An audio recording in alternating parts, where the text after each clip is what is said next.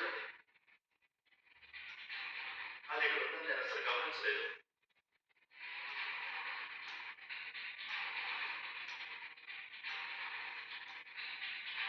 దీనిపైన ఉన్న రంగుని చూడండి. మీకిది ఈ లైన్‌లో ఎలా కలిసిపోతుందో చూడండి. బాగా మభ్యపెట్టింది కదా!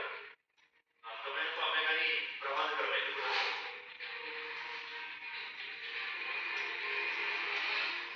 ఇవి ఇన్‌ఫ్రారెడ్‌ని గ్రహించగల రంధ్రాలను కలిగి ఉంటాయి. ఈ గ్రహించే శక్తి మానవులకు ఉండదు. కానీ పిట్‌వైపర్లకు ఉంటుంది.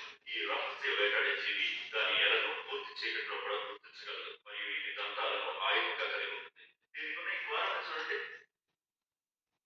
వాటికి బిగించగలిగే పట్టు, విషం, చిన్న చిన్న సూదులాంటివి ఉంటాయి. ఈ చిన్న సూదులు ఆ ద్వారాలు దాని తల వెనుక భాగంలో ఉన్న విషపు సంచులతో కలిసి ఉంటాయి. అలాగే దీని విషం ప్రపంచంలోనే అత్యంత శక్తివంతమైన వాటిలో ఒకటి. నేను చాలా జాగ్రత్తగా ఉండాలి. ఈ పాము ఖచ్చితంగా అత్యంత విషపూరితమైన కాటును వేయగలదు. ఆ విషం నన్ను చంపగలదు కూడా. ఇది ఒక రకమైన వెలితిరితం. నేను నా అదృష్టాన్ని పరీక్షించుకుంటున్నాను. ఇప్పుడు నేను దీన్ని జాగ్రత్తగా కిందికి వదిలి వెనక్కి పెడతాను.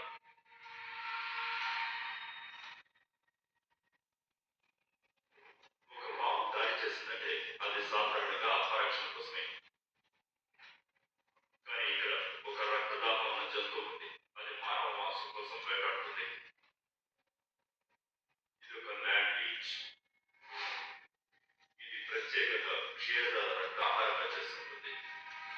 ఇవి ప్రాథమికంగా ఈ తడి వృక్ష సంపదలో వేచి చూస్తాయి. మీరు నడుస్తున్నప్పుడు అవి బ్యాట్లోకి లేదా బట్టల్లోకి రావడానికి ఒక మార్గాన్ని వెతుక్కుంటాయి. అది ఎప్పుడైతే మన చర్మాన్ని కొరుకుతుందో అప్పుడు ఇది ఒక పదార్థాన్ని స్రవిస్తుంది. దానివల్ల మనకు ఎప్పుడు ఎలాంటి నొప్పి కలగదు. ఆ పదార్థం మన రక్తాన్ని గడ్డకట్టకుండా కూడా ఆపుతుంది. కాబట్టి దీనివల్ల మనకు రక్తస్రావం జరుగుతుంది. ఇది ఇప్పుడే రక్తం పెంచడం మొదలుపెట్టింది. యా ఇది రకాలు చిట్టేస్తాయి. ఇది చాలా చిన్నది. ఇది చాలా చిన్నదా? అవును. ఇవి పెద్ద అవుతాయా? అవును, పెద్దవవుతాయి. అస్సలు బాలేదు. జలగలు పరాన్నజీవులు. అక్షరాలు అవి మానవుల రక్తాన్ని తాగుతాయి. కానీ మంగోలియా లోతుల్లో నా ఇంటికి ముందు అనుభవాలకు భిన్నంగా మనిషికి మరియు మృగానికి మధ్య సంబంధాన్ని తెలుసుకున్నాను. ఇది డన్నింగన్ రేంజ్. వేలాది చదరపు మైళ్ళ వరకు జనాలు చాలా తక్కువగా ఉండే అడవి. ఇది ఇక్కడ ఉత్తరాన సైబీరియా వరకు, పశ్చిమాన మంగోలియన్ పీపుల్స్ రిపబ్లిక్ వరకు విస్తరించి ఉంది. ఈ అడవి పురాతన సంచార తెగైన ఎవంగేల్కు నిలయంగా ఉంది. వారి జీవితాలు వారితో నివసించే రెయిన్డీర్ల మందలతో కలగలిసి ఉంటాయి.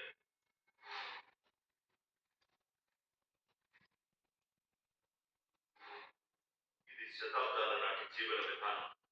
రెయిన్డీర్లు పాలు మరియు రవాణాను అందిస్తాయి. దానికి ప్రతిగా ఎవెంకీలు వాటిని మాంసాహారం నుండి రక్షిస్తారు. మీ దగ్గర ఎన్ని రెయిన్డీర్లు ఉన్నాయి? 60కి పైగా. 60. ఎవెంకీ రెయిన్డీర్లకు ఎక్కడికైనా తిరిగే స్వేచ్ఛ ఉంది. అవి రాత్రంతా అడవిలో తిరగచ్చు. మరలా అవి ఉదయానికల్లా శిబిరానికి చేరుతాయి.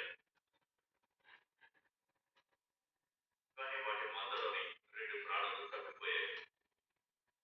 కడుపులోకి వెళ్ళిపోయినాయి. నా ఎవెంకీ హోస్ట్ యాప్ నన్ను నమ్మి వాటిని కనుగొని ఇంటికి తీసుకొచ్చే పని నాకు అప్పగించారు.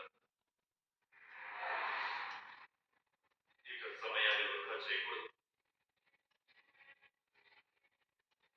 ఈ 2 ఒంటరి రెయిన్డీర్లు అడవిలో తిరుగుతున్న మాంసాహారం నుంచే దాడి చేయబడే ప్రమాదం ఉంది. Asiatic black bears, Eurasian lynx, ఇంకా పోరేళ్ల సమూహం వల్ల. నేను అటు ఇటు తిరుగుతూ వాటిని వెతుకుతూ వీలైనంత భూమిని చుట్టేస్తున్నాను. రెయిన్డీర్ బెడ్ చుట్టూ